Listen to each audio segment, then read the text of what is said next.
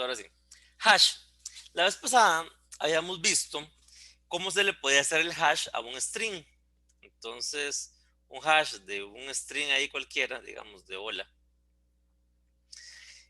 Y lo habíamos metido incluso en un arreglo donde hayamos puesto, digamos, para hola, hemos puesto aquí el hash sub 0, el hash sub 1, el hash sub 2 y el hash sub 3. ¿Okay? Y lo que había quedado pendiente de alguna manera era precisamente cuál es la manera de obtener el hash, pero de solamente un pedazo del string. Digamos, yo quiero obtener el hash de este pedazo del string. Porque en algún momento habíamos hablado que si yo quisiera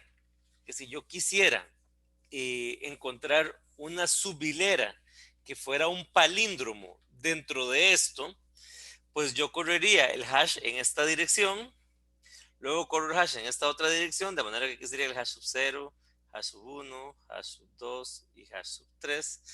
Y si resulta que de I a J tiene el mismo hash que de J a I, obviamente con el mismo primo, la misma fórmula, entonces es porque esta subhilera es palíndromo. Pero entonces el reto está en cómo encontramos este hash de aquí, o sea, cómo encontramos este intervalo de acá. Para eso voy a poner rápidamente un ejemplo en base 10 para que se entienda un poco el asunto. Si yo tengo el número, por ejemplo, 7.500 no, o 75.432.122, por decirles algo, y yo quisiera saber nada más cuánto es esto, o sea, este pedazo de acá, que es 432, ¿verdad? Es muy fácil. A ver, ignoremos primero que nada, ignoremos todo lo que está antes. ¿Ok? Y después nos damos cuenta que esto en realidad es 432 o 122, ¿verdad? Menos 122, lo que deja como resultado 432.000. ¿Ok? Y a esto hay que dividirlo por 10 a la 3. ¿Se entiende? Y esto ya da 432, que era el intervalo que me interesaba. Esto es por ser base 10. Ahora, si yo tengo un hash donde la base es 331, como hemos visto la vez pasada, y yo tengo hash sub 7, hash sub 6, hash sub 5, hash sub 4, hash sub 3, hash sub 2 y hash sub 1, si tengo estos hashes, entonces yo quiero nada más este intervalo de acá, digamos este de acá, entonces lo que tengo que hacer es hash sub 6 menos hash sub 2. ¿Por qué? Porque eso es lo que permitiría que dejara estos dos como en 0, 0. ¿Lo ven? Porque recuerden que es el hash acumulado, ¿verdad? De todos. Entonces lo dejo aquí en 0, 0. ¿Se entiende? Y luego tengo que dividirlo entre 331 a la 2. Pero ojo, dividirlo es en realidad lo mismo que hacer h sub 6 menos h sub 2 multiplicado por 331 al cuadrado, todo esto elevado a la menos 1. ¿Se entiende esa idea? Recordemos que en el mundo de la congruencia, de las congruencias, si yo tengo módulo 5 en una tabla, entonces tenemos esta tabla, por ejemplo, y digo que 2 a la menos 1 es 3. Pero ahora, ¿qué pasa si yo quisiera saber cuánto es a la menos 1, sabiendo que estoy en el mundo de módulo 5? La parte divertida de esto es que como el 5 es primo, yo puedo hacerlo simplemente así. A la 5 menos 2, todo esto módulo 5. Podemos corroborarlo rápidamente. 2 a la 5 menos 2, que es 3, módulo 5, esto da 3. Y podemos ver que 2 a la 3 es 8, ¿verdad? Módulo 5 es 3. Entonces, 2 por 3 da 1. Veanlo. 2 por 3 da 1. ¿Sí? Eso es importante. O podemos hacer también con 3.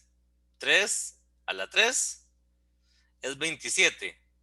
Módulo 5 es 2. Y vemos que el inverso de 3 es 2, así como el inverso de 2 es 3. O podemos hacer 4 a la 3, que es 64. Módulo 5 da 4. Y una vez más, 4 a la menos 1 es 4. ¿Lo ven? O sea, cuando el número es primo, que tenemos la ventaja, cuando el número es primo, podemos simplemente elevarlo a la módulo menos 2 de lo que ocupamos, siempre y cuando ese módulo sea primo, ¿verdad? Y nos va a dar el inverso multiplicativo, aquel que multiplicado da 1. Y recordemos que dividir, aquí como sabemos acá, dividir es lo mismo que multiplicar por el inverso multiplicativo. Entonces, eso es. Eso es lo que ocupamos hacer. Y con esto ya puedo saber cuál sería el hash de un pedazo arbitrario del string. ¿Me estoy explicando? ¿Se queda claro? Con esto puedo saber cuál es el hash de un pedazo arbitrario del string. Y ojo, siempre mantengo el asunto de módulo P para cualquier primo que sea, ¿verdad? Porque la congruencia modular se mantiene en la multiplicación, se mantiene en la suma, como habíamos visto también la vez pasada. Nada más por aquí voy a poner aquí rápidamente los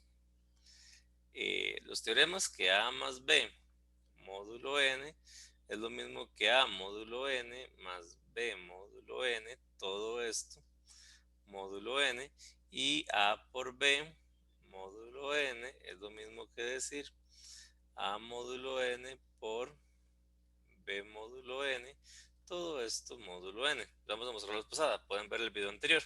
Entonces, a lo que voy es que con estas sencillas operaciones puedo hacer el cálculo a lo interno de esto. Ahora, recordar nada más que yo quería entre el I y el J, o sea, entre 3 y 6.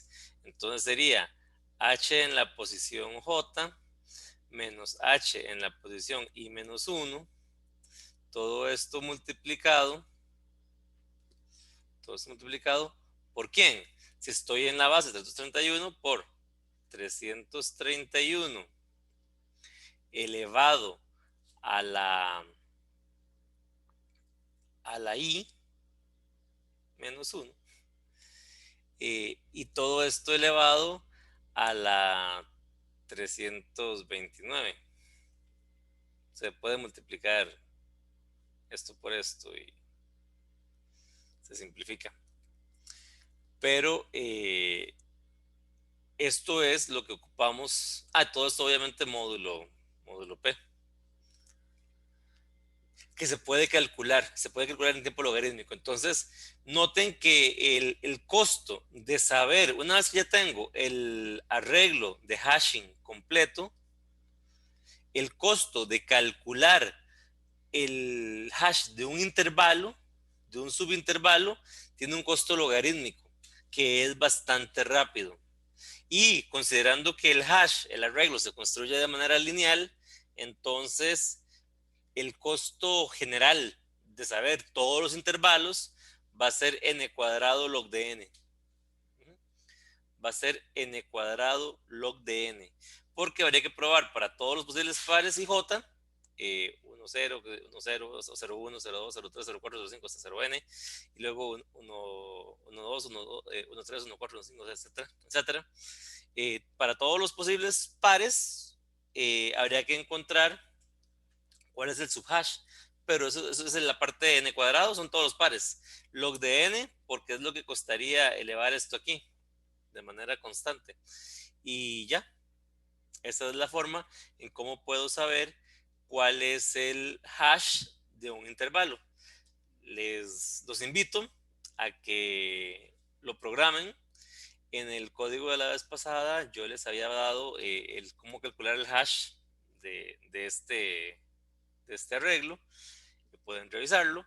Y los invito a que hagan el agregado a ese código para poder obtener los intervalos. Hasta aquí espero que esté quedando claro esta utilidad del hashing. Y como les digo, tiene utilidades para encontrar subpalíndromos o palíndromos que son subhileras de una hilera más grande. Bien, entonces ahora, ¿de dónde viene un poco esto de que a la P-2 módulo P es equivalente a A-1? Bien, el teorema de Fermat, el pequeño teorema de Fermat, dice que a la P-1 módulo P es congruente con 1. Eso es lo que dice el teorema de Fermat. Siempre y cuando P sea primo. Entonces, ¿quién sería a la P-2? Sería el que está justo antes de dar 1. O sea, justamente el que está antes que dar 1. Entonces, esto, módulo P, pues va a dar exactamente a la menos 1. ¿Por qué? Porque ya multiplicándolo una vez más por A, da 1. Consecuentemente es el opuesto multiplicativo módulo P, en congruencia modular. Entonces, eso es un detalle muy importante que creo que no debe de pasar por alto. Siempre hay que apoyarnos, lo que siempre se ha dicho, ¿no? Si no tengo clara la matemática a la hora de hacer programas, entonces mis programas van a ser malos, ineficientes, porque la matemática da muchas propiedades en los números y demás que hacen que al aplicar esas propiedades pueda usar algoritmos eficientes, mejores algoritmos. Entonces, quien no sabe matemática, lamentablemente, está renco, está muy renco en programación. Y bueno, lo que siempre he dicho también, se debe de poder respaldar el título, no que el título lo anteceda a uno.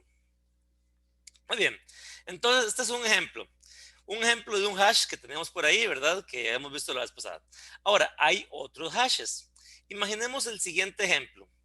Yo tengo 1000 hileras. Hilera 1, tal vez voy a hacer un string 1, string 2, string 3, string 4, etcétera, hasta string n.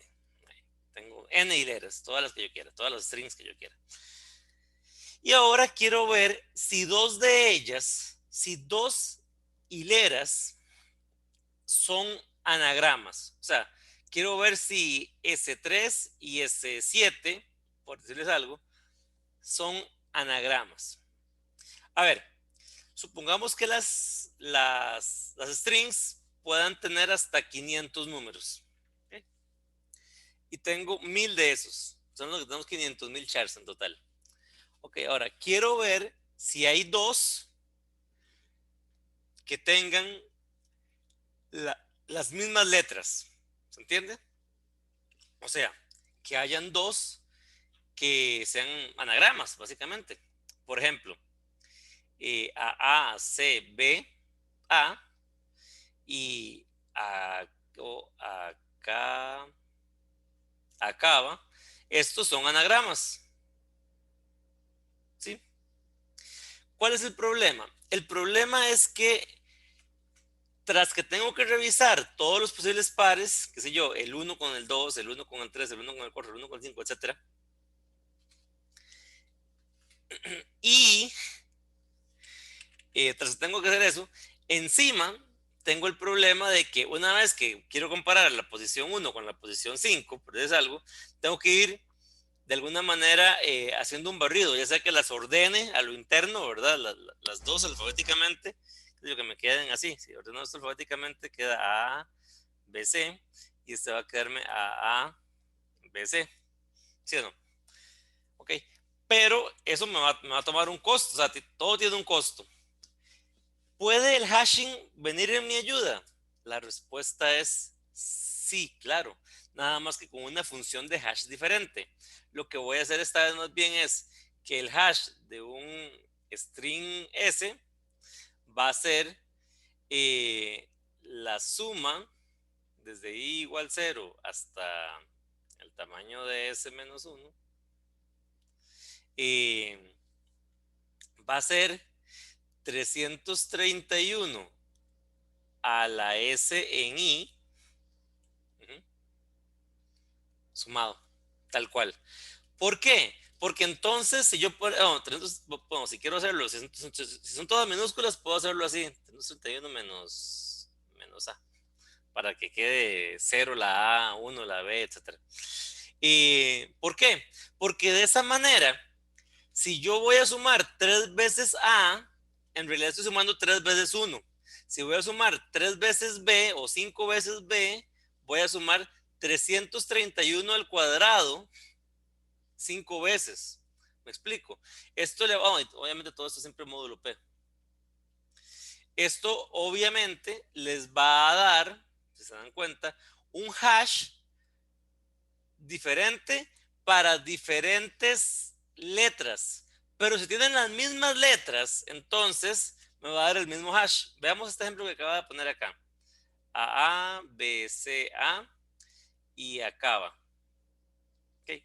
Esto me daría 331 a la A, más 331 a la A, más 331 a la B, más 331 a la C, más 331 a la A. Como ustedes saben, la suma es conmutativa. Entonces, pues lo que me va a quedar en acaba es exactamente lo mismo: 331 a la A, más 331 a la C, más 331 a la B, a la A, perdón, más 331 a la B, más 331 a la A. Y ya. Y se dan cuenta, los dos números tienen que ser iguales. Por lo tanto, a ambos anagramas les estoy dando el mismo hash. Ahora, ¿cuál es la magia de esto? Muy sencillo, igual que la vez pasada. Le aplico un hash 1 con un número, o sea, todo esto módulo primo 1, ¿verdad? Módulo primo 1. Y también a esto le aplico un hash 2, módulo primo 2. O sea, módulo primo 1, perdón, primero. O sea, para que sea el mismo hash. Y luego hago lo mismo, pero con un hash 2. O sea, esto mismo, pero módulo, otro primo. Y luego esto mismo, módulo, otro primo. ¿Qué es lo que pasa? Con dos hashes ya es casi imposible que dos hileras que sean anagramas perdón, que dos hileras que no sean anagramas tengan los dos hashes iguales.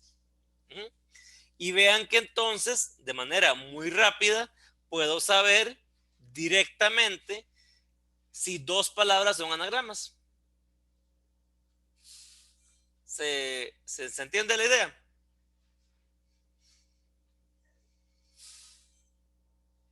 ¿Estamos bien? Bueno, cualquier duda lo dejan en los comentarios. Y lo más importante de todo esto es que esto mismo lo puedo aplicar sobre ¿qué? Sobre grafos. Por ejemplo, yo tengo una lista de adyacencia.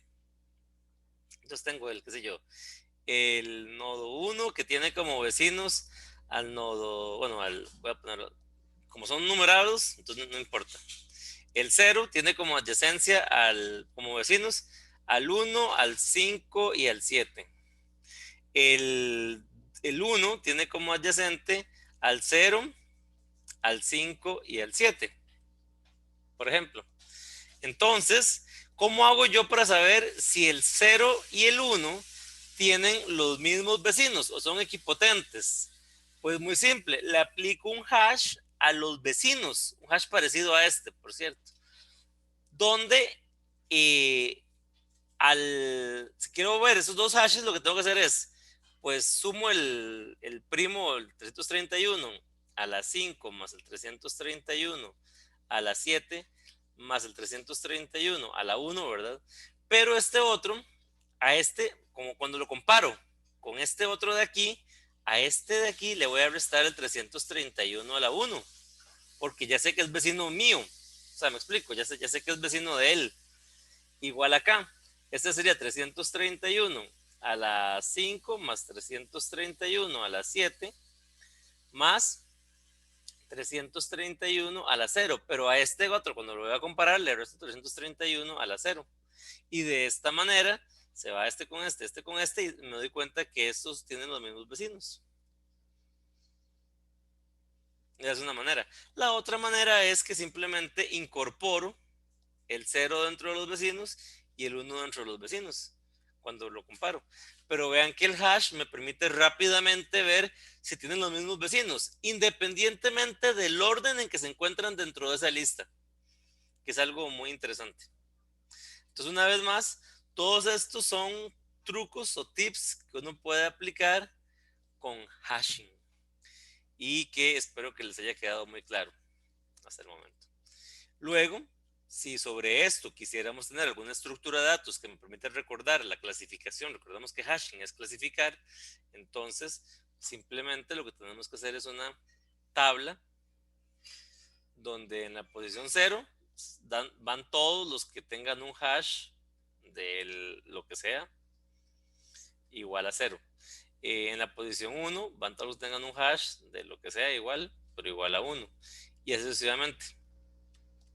Donde una vez más el tamaño de la tabla de hash debería ser un número primo, precisamente para maximizar el nivel de uniformidad que tiene.